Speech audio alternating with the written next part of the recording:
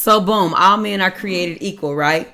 Except you Negroes. Now, I know y'all out here enjoying this day off, but let me give you a little history lesson on this good old Independence Day. And I even wrote it all down so I could make sure I don't leave nothing out, all right? So sit down and pay attention.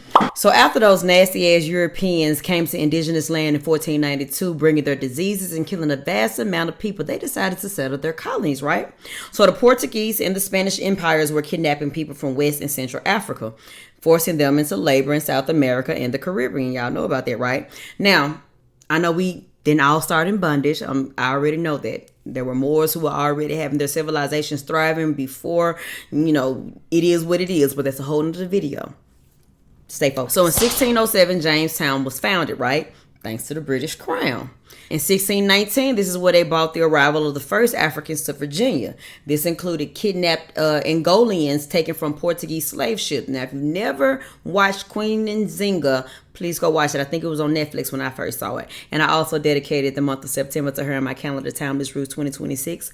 Be on the lookout for 2027. I appreciate this support. Now back to the topic. In 1620, this brought the Puritan migration, fleeing the church and establishing Plymouth and the Massachusetts Bay Colony. So boom.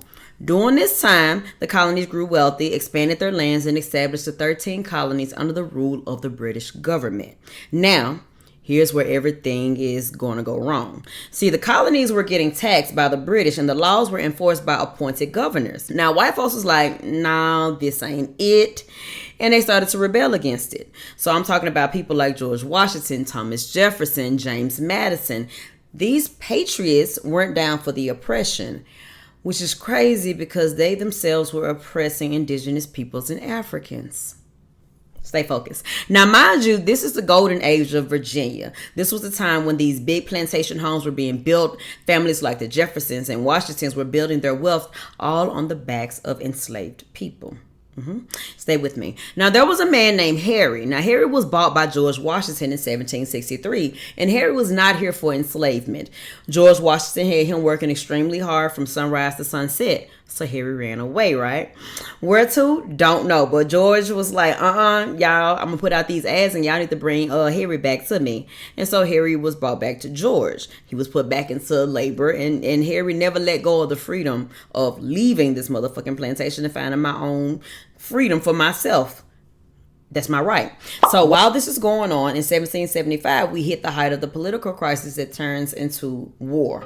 So you have the colonies going to war against the British, and now indigenous and African people are right in the midst of it. The patriots, the loyalists, and the enslaved, all fighting for their own freedom.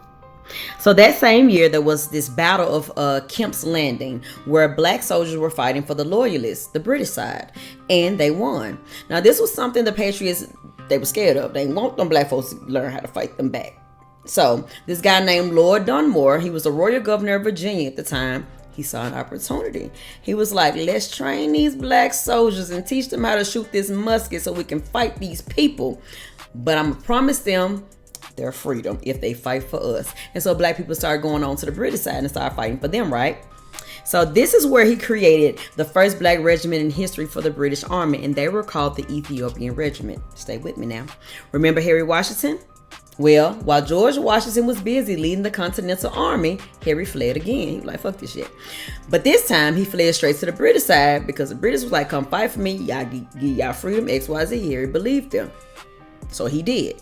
Now, so while Harry was fighting for his freedom alongside the British, you have men like James Lafayette, who was a black man in Virginia who joined the Patriot side as a double agent.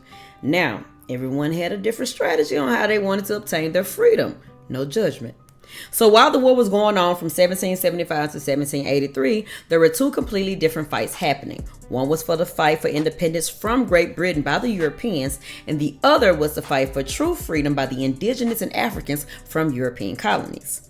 The enslaved, like Harry Washington, fighting alongside the British, James Lafayette fighting alongside the Patriots, an enslaved woman named Mum Bett fighting for her freedom in a different way in Massachusetts, and eventually won because she took her case to the courts and was like, under this law we supposed to be free me.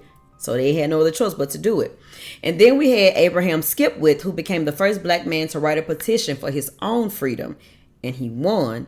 And then he became a property owner. Now these men and women were exemplifying so much courage in the name of freedom. So now we're at the end of the war. James Lafayette was a spy for the Americans and was the reason the war came to an end, because he was the only one who came back and told the Marquis de Lafayette that the British were coming. He didn't really say that, but he was like, hey y'all, they finna come to Yorktown, get their ass. And so they did. So they intercepted and the British surrendered, thus ending the war. So what does the end of the war look like for the colonies? They have their independence. What does the end of the war look like for those who were formerly enslaved, ran away, or who enlisted with either side for their freedom? Well, for James Lafayette, he was put right back into slavery after the war because the state's freedom rules only applied to former soldiers, not spies. He had to wait until 1785 to petition the Virginia legislature for his freedom. It was finally granted with the help of a letter written by the Marquis de Lafayette himself. But Harry Washington, oh, good old George Washington, wanted Harry back. He said, give me back my Negro. So when the British and Americans got together to hash out their peace treaty, the Americans included a clause stating that the British could not leave with their Negroes or their property. At this point, they was classifying Indigenous and Africans all as Negroes. So George was like, give me back Harry. The British was like, nah, we're not gonna do that. He gone. But in reality, he refusing to go back on his word that was given under the king's ruling. So the British decided to create a massive record book to log the names of all the black loyalists they were evacuating. This was called the Book of Negroes, and I encourage y'all to go watch that and read that book as well. So what the British did for them was put them on ships in the summer of 1783 to send them to Nova Scotia to start a new life. But that wasn't the fairy tale that they were promised. When those formerly enslaved men, women, and children built a church, them Canadians burned it down. When they built homes, white sailors rioted and destroyed them. They made it incredibly hard for them to even survive in this new land. So the British set up a plan to settle a new colony in West Africa called Sierra Leone. Harry decided to leave Nova Scotia and go there to return to the West Coast. Unfortunately, once they got there, the British decided to start hitting them with the unfair taxes on their land. So Harry got his people together and they fought back against the British administration. Eventually, the rebellion was put down. Harry was exiled from the colony and he passed away shortly after. Now we're coming back to the Americas, where the Declaration of Independence was drawn up. It didn't include those who were still enslaved, but black people were not dumb. They were in those rooms, seen or unseen, but they were not heard. But they were collectors of information.